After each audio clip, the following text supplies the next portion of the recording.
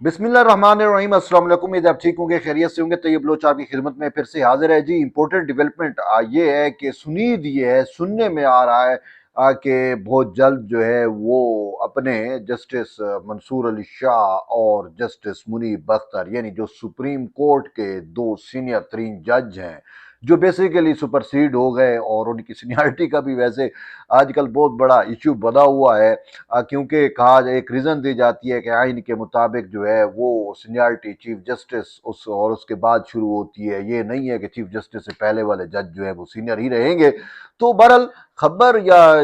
ये है कि भाई इनके खिलाफ बहुत जल्द सदारती रेफरेंस आने वाला है। यानी सदारती रेफरेंस का मतलब ये है कि सुप्रीम जुडिशल काउंसिल में जो है वो हुकूमत मूव करेगी, हुकूमत की जानिब से कोई रेफरेंस जो है वो मूव किया जा सकता है मुमकिन तौर पे। अब ये खबर जो है मैं वो नहीं कह सकता, लेकिन जो सुनीद है, जो कहा जा रहा है वो ये है कि सदारती रेफरेंस जो है वो आने वाला है, और सदारती रेफरेंस सुप्रीम जुडिशल काउंसिल में जाएगा, और जिसमें जजेस के ज़ाब्ते अखलाक के खिलाफ वर्जी पर ही बेसिकली सदारती रेफरेंस जो है वो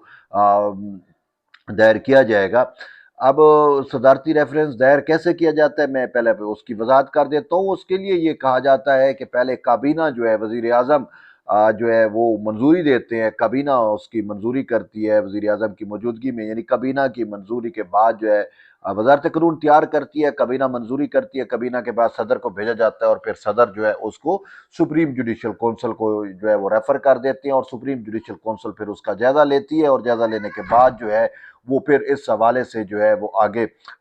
जो फर्दर कार्रवाई होती है वो सुप्रीम जुडिशल काउंसिल ने करनी होती है। अब ये खबर भी सुन रही है कि सुप्रीम जुडिशल काउंसिल का पहले तो इजलास ही नहीं होता था, अब यह है कि मंथली बेसिस पे उसका इजलास होगा, जैसे गुज़िश्ता रोज भी जो है उसका इजलास बुलाया गया था। तो अब कहा यह जा रहा है कि जस्टिस मंसूर अली शाह और जस्टिस मुनीब अख्तर के खिलाफ जो है वो सदारती रेफरेंस दायर किया जाएगा, सुप्रीम जुडिशल काउंसिल से रुजू किया जाएगा। अगर आपको याद हो कि किसी दौर में जब तहरीक इंसाफ की हुकूमत थी, तो उस वक्त जस्टिस काजी फैज ईसा के खिलाफ भी जो है एक सदारती रेफरेंस जरूर आया था। तो अब अगर इन दो के खिलाफ रेफरेंस आता है तो वजह नहीं, मतलब समझ नहीं आएगी, मुझे नहीं आ रही कि बेस और बुनियाद क्या बना रहे हैं उसमें। वो रेफरेंस आएगा, उसमें पूरा एक चार्ज शीट होगा, नुक्ता मरकज होगा कि क्या क्या रीजंस बनाई हुई है, क्या क्या वजूहात है। देखिए, अगर मुझसे पूछे तो मैं तो इन दोनों को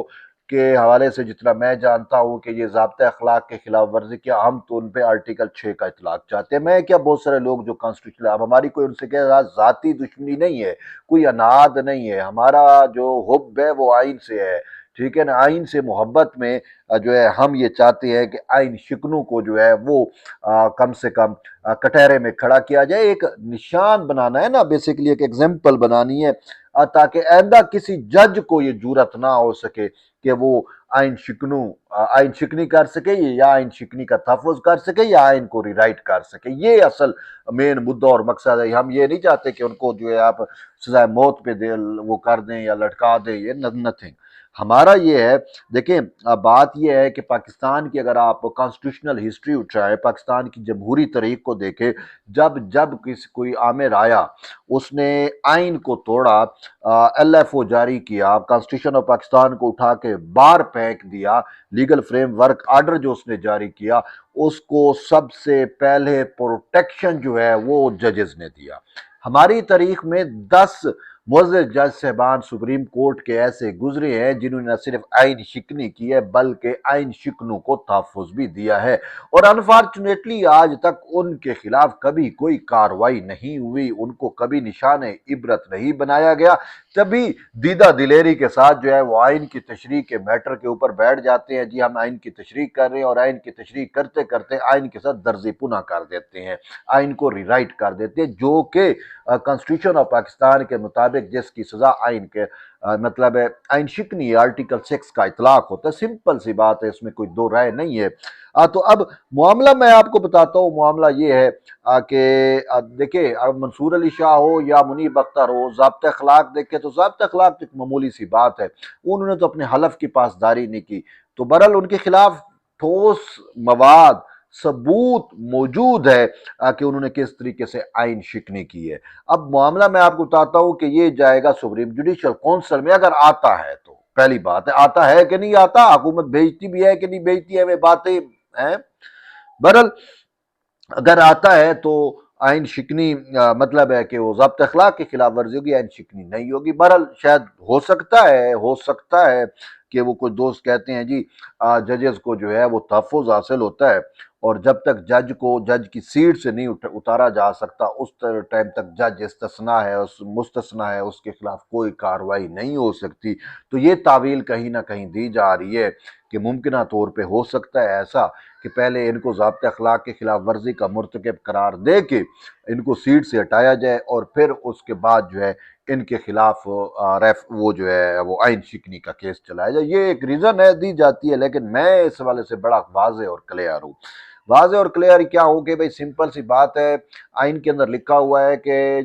جو آرٹیکل 6 کا مرتکب ہوتا ہے، جو آئین شکنی کا ہے، چاہے اس میں کوئی تفریق نہیں ہے کہ وہ کون ہے، اس پہ صبر لکھا ہوا ہے کہ اس کے خلاف آرٹیکل 6 کی کار ہو، چاہے وہ جج ہو، چاہے وہ جرنیل ہو، چاہے وہ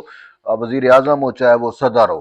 پھر کسی کو کوئی استثناء حاصل نہیں ہے۔ بھائی سمپل سی بات ہے، ٹھیک ہے۔ اگر آئین شکنی بہت بڑا جرم ہے، دیکھیں قتل کا جرم بھی چھوٹا ہوتا ہے، آئین شکنی کا جرم بہت بڑا ہے، اور آئین شکنی کا جو سزا دی ہوئی ہے نا وہ سزا موت ہے۔ آپ کے سامنے ایک کیس آیا، وہ مرحوم سیٹھ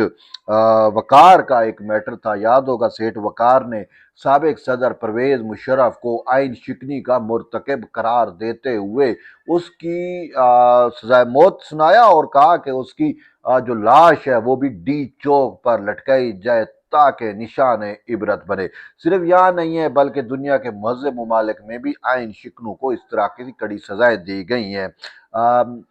خود برطانیہ میں بھی ایسی ہمیں مثالیں ملتی ہیں۔ تو بہرحال اب ہم آتے ہیں کہ یہاں پہ دیکھیں بات یہ ہے کہ صدر کی جانب سے اگر ریفرنس آتا ہے تو اس میں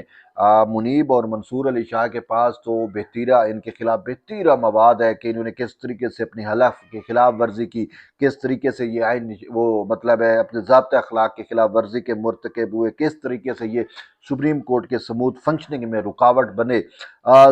لیکن بات یہ ہے کہ اسی سپریم جوڈیشل کونسل میں پھر یہ بھی بیٹھے ہوئے ہیں، لیکن یہ کہا جاتا ہے کہ جب ان کے خلاف میٹر آئے گا تو یہ پھر سپریم جوڈیشل کونسل سے میں نہیں ہوں گے، نکال دیے جائیں گے۔ یعنی کہ نکال یوں جائیں گے کہ اگر ایک جس کے خلاف بھی شکایت ہوتی ہے اس سے جونیئر جج بیٹھتا ہے، وہ جج جو ہے وہ نہیں بیٹھتا، کیونکہ اس کے خلاف شکایت ہے تو کیسے اس کو دے دیا جائے اختیار کہ وہ اپنی شکایت پہ خود فیصلہ کرے۔ بہرحال یہ بات کسی حد تک سمجھ آتی ہے،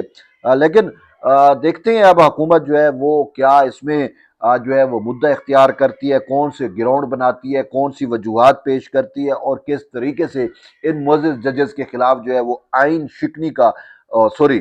میں آئین شکنی کی میں دیکھیں بار بار میرے منہ سے آئین شکنی نکل رہی ہے، میں تو چاہتا ہوں کہ آئین شکنی کا ان کو مرتکب قرار دے کر جو ہے وہ فوری کبینہ منظوری دے اور کہے کہ انہوں نے آئین شکنی کی ہے اور آئین شکنی کا ٹرائل کیا جائے، چاہے جج ہے چاہے جو بھی ہے، پھر یہ عام ملزم کی طرح پیش ہوں، اس کے اندر جرے ہوں، کیسے ثابت آگے چلے اور آئین شکنی ثابت ہو تو ان کو جو ہے وہ سزا قرار واقعی سزا دی جائے۔ تو بہرحال اب صدر کی جانب سے دیکھتے ہیں کہ ریفرنس کب آتا ہے ضابطہ اخلاق کی خلاف ورزی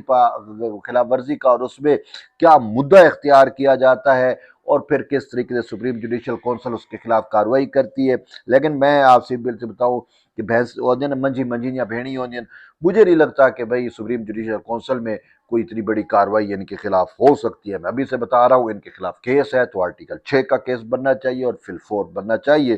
تو بہرحال دیکھتے ہیں ابھی معاملات آگے چلیں گے، کس طریقے سے چیزیں ڈیولپ ہوں گی۔ یہ ایک اہم ڈیولپمنٹ تھی، میں نے کہا آپ تک شیئر کروں۔ آپ کی فیڈ بیک کا ضرور انتظار رہے گا، آپ بھی بتائیں کہ میں درست ہوں یا حکومت ٹھیک کر رہی ہے۔ بہرحال جڑے رہیے طیب لوز کے ساتھ، ملتے ہیں ایک نئی ویڈیو، تب تک اجازت دیں، اللہ حافظ۔